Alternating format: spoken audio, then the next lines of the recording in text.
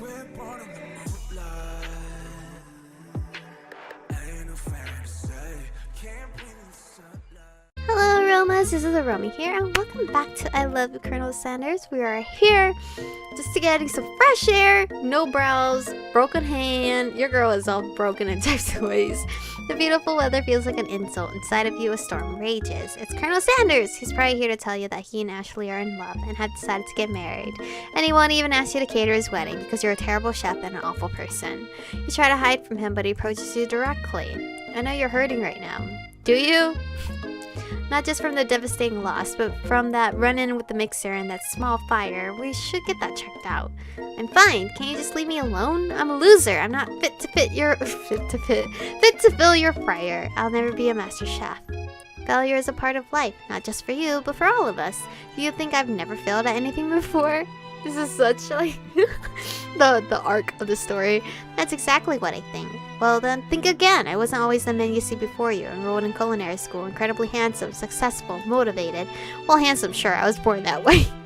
But I've walked other paths and arrived at dead ends. I was passionate about life, but I failed as an obstetrician. I was passionate about justice, but I failed as a lawyer. I really love this music, to be honest. I was passionate about livestock, but I even failed as a mule handler. That one was especially humiliating. Mules can be so cruel. I lost my business partner to a gunfight. I didn't know. People see my delicate ribbon tie and my well-kept beard and assume that I've got it all together. Which is true now, but it hasn't always been. Sounds like this guy could really use a hug. Can I please give hugs? I love games that allow me to give hugs. I resolved then that I was going to amount to something. No amounts of hours, labor, or money would deter me from giving the best I had to give. As Colonel Sanders changes focus, you can see something ignite inside of him, a burning passion. One has to remember that every failure can be a stepping stone to something better. My new dream is pure, it's honest, it's something that a humble man in a crisp white suit can be proud of. I would create a new chain of chicken restaurants that will bring joy to the entire world and make up for my past misdeeds. Yay! Just as your moment grows intimate, you're interrupted by a threatening, shadowy presence. Battle scarred from the night before, you prepare for the worst. It's a spork monster. Borko. It is! I know I said I wouldn't be back, and after the whole fight to the death thing, maybe you don't really want to see me anymore, but I just wanted to say that I was wrong to attack you, and I apologize. I know what it's like having to always look over your shoulder. Monster problems, am I right? Well, thanks, Borko. I'm glad there are no hard feelings. Getting jumped by a giant creature in the dark of night can really rile a person up. I also want to apologize for the way I switched right into attack mode. Is this like fucking Undertale on me? Where you don't really need to attack? Cause I'm about to slap someone if it was. I know that your strong cooking school can put a person under a lot of stress. I actually used to go to the school. I'm just still mind blown, bitch. I could have not attacked. I mean, I attacked twice. I wasn't always a spork monster, you see. I don't believe it. You're a human once. Well, no, I was a golden retriever. Aw, but I was still a student until one day some mean kids with a magic spell book cast a dark enchantment on me, and I was forever transformed. Magic spell book. Precisely. I had procured a copy for myself, but somewhere along the way I've lost it. If you find such a book, I beg of you, respect it. You're a powerful chef and shouldn't rely on such dark and evil magic. No, you shouldn't be protecting the innocent from those who would cheat them through sorcery and guile. If you need me, don't fear, I'll be there. Alright, new handsome man right here, spork monster. It sounds like there are some bad cooks in the kitchen of life. Michiko, together, I am sure we can defeat them. Come back to my hideaway and we can discuss. Where's your hideaway? A personal invite. You can't imagine what Colonel Sanders' home must be like, but it sounds like you're about to find out. Can we see my fucking hand? If it's okay? Hey, look at it. Is that your baby photo? You've already got a goatee and everything. That's a goatee, right? I don't know, but you got a nice chicken here. And a cute candle. I love candles. Stepping inside Sanders' home, wow, look at that view. Surrounded by his things, you start to feel a special bond with him. It looks like you live such an amazing, exciting life, Colonel Sanders. Every day can be an adventure if you approach it with the right attitude. Long ago, I made the decision to never stop searching, never stop working, never stop imagining. Have you been working on any new recipes of your own lately? I'm always excited to talk about food with another ambitious chef. Well, there is something. It's just a side dish that I've been tinkering with, trying to find the right balance of flavors and textures. I'm not sure I've nailed it yet, but I'm close. Is it the coleslaw? Colonel Sanders' eyes perk up as he starts to wonder what dish you might be describing. It's meant to pair with something spicy or something crispy, both perhaps. Now you've got him right where you want him. Should you reveal your new creation to him or keep it a secret just for you? Fuck. Kinda want to keep it a secret so he can like be excited for it. But would that make him upset if I keep it a secret? Actually, I've said too much. Please forget I ever said anything. You can practically hear Colonel Sanders' heart beating in his chest. He tries to act demure, but his facade begins to crack. I can appreciate a good secret, of course. In fact, I've got many, nearly a dozen in my fried chicken recipe alone. But I would hope that you could learn to trust me with yours. Well, I suppose you did share a secret ingredient with me yesterday, so it'd be only fair. Colonel Sanders' face grows serious. Yes, about that. You see... Yes, Colonel? I haven't been completely honest with you. The secret I told you was fake. Oh, then it's fine that I chose to keep mine a secret. Oh no, the ingredient you showed Miriam, it wasn't true. Well, neither one are true then. You're angry with Colonel Sanders for lying, but the fact that you revealed his secret shows that he was probably right to do so. What the fuck you mean I didn't tell her? I told her a fake ingredient. You mean it wasn't one of the real 11 secret herbs and spices? You see, we had only just met and I had to make sure that you were trustworthy and capable of keeping my most important secret. To me, my recipes are priceless. Well, I have something to confess. That same ingredient you told me, I did not share it! I did not! I shared it with Miriam, my bestie. I did not! I told her a fucking fake ingredient. What the fuck you mean? Unfortunately, I already knew this. I was very disappointed, but now that you've come clean, we can start building a relationship as fellow chefs again.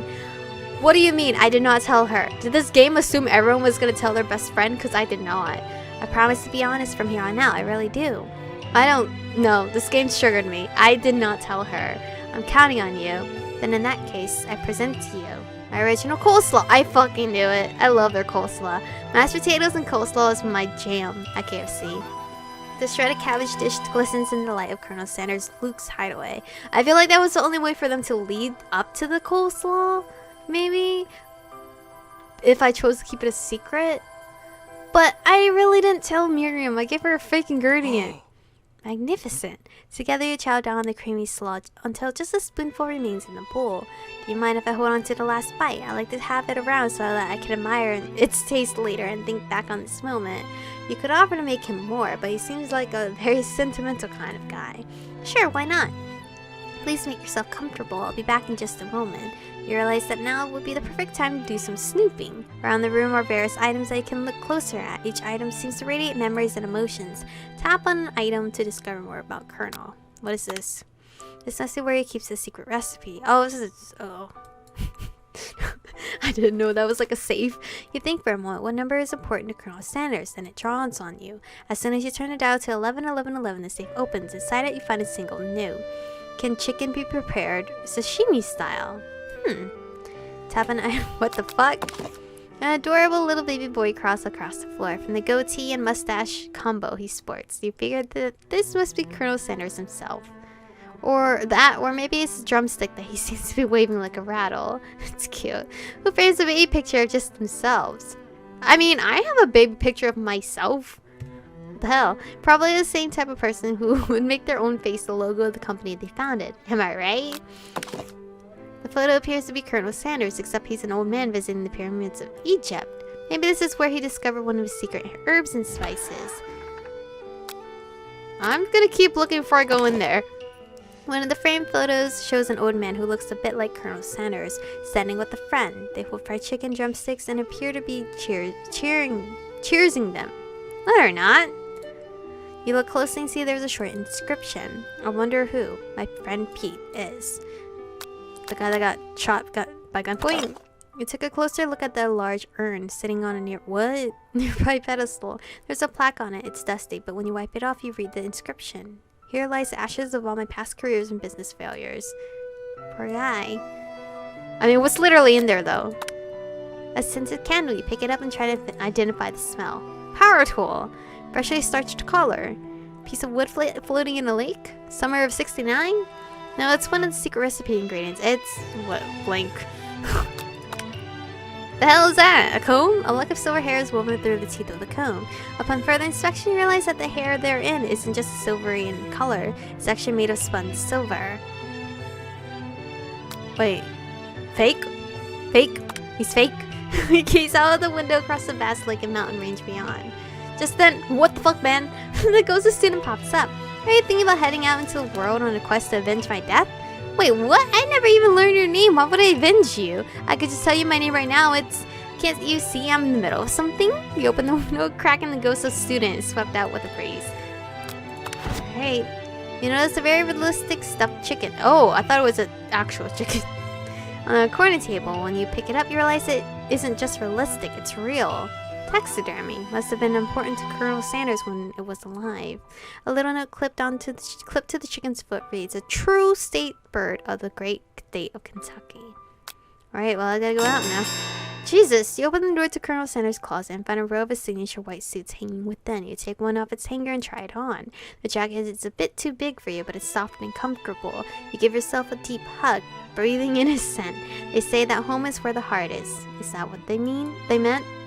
Before you can look any further, you hear Colonel Sanders returning. He has a new dish that he has been working on. He wants you to taste it. You try to act casual until he asks you why you're wearing his jacket. I don't usually lend this out, but I must say it does look good on you. Oh crap, the jacket! You forgot to take it off. You decide that now is your moment to make a big move. You tell him you're cold, you fess up, and tell the truth. What truth? what truth is there to tell him? Make a big move. Can I? What is this? Do I make a move? Or do I tell him the truth? I'm not gonna tell him I'm cold. Because I'm not. There's a fireplace right there. That's such a bad lie. But I don't know what big move she's talking about. I feel like I'll get, pushed away. Just because he assumes I told Miriam the ingredient. Which I didn't. I gave her a fake ingredient. I'll just tell him the truth. You confess. I think I've developed feelings for you. Oh wait, that's what I was going to do? I did not expect that. I might be developing feelings for you too, but I'm concerned. I can't let anything get in the way of my dreams. Overwhelmed, you take off the jacket and run for the door, but the thought of leaving Colonel in the midst of such an emotional breakthrough gives you a pause. You stop yourself. Colonel? Yes, Michiko? I honestly think this may be the beginning of something wonderful. I think you're right. We should take things slow. We talk late into the night. I was about to fucking cry and leave, but I'm like, wait. And drift off into slumber. In his room? Dream sequence. Okay. He's still chilling as ghost. You awake to a beautiful morning in Colonel Sanders' hideaway. Did you make the right decision on how to respond to Colonel Sanders? Only time will truly tell. Today is a day that could change the rest of your life.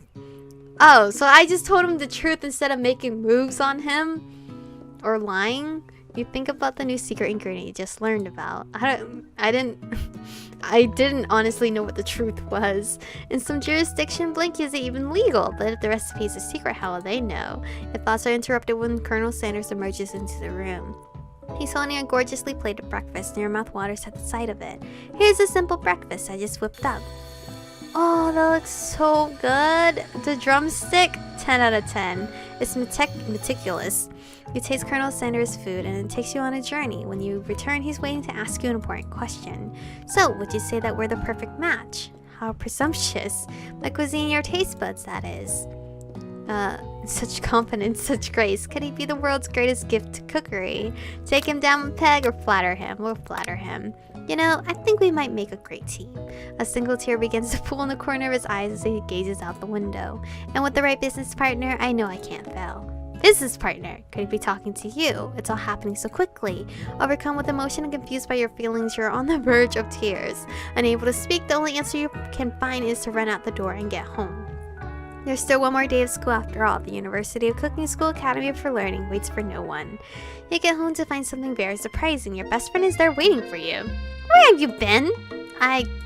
Because I had one heck of a night. I've been desperate to talk to you about it, but I couldn't find you. I got word that something had happened to you. It's okay, I was just... But now that it turns out you're fine, I can finally get you to speed on the saga of Miriam.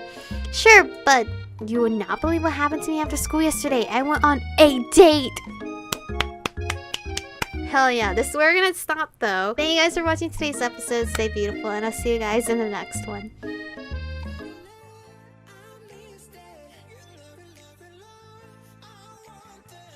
touch it, touch it, touch it.